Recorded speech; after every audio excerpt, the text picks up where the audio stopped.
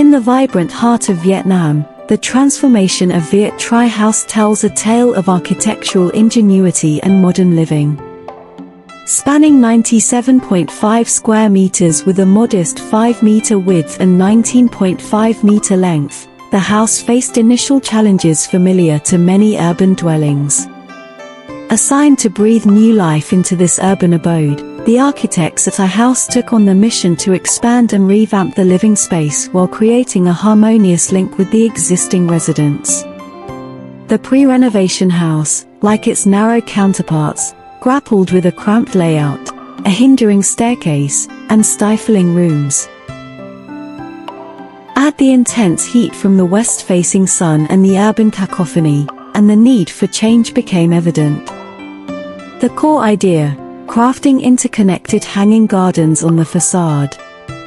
Beyond being an aesthetic choice, this design countered the western sun's heat, ensuring enhanced privacy and comfort.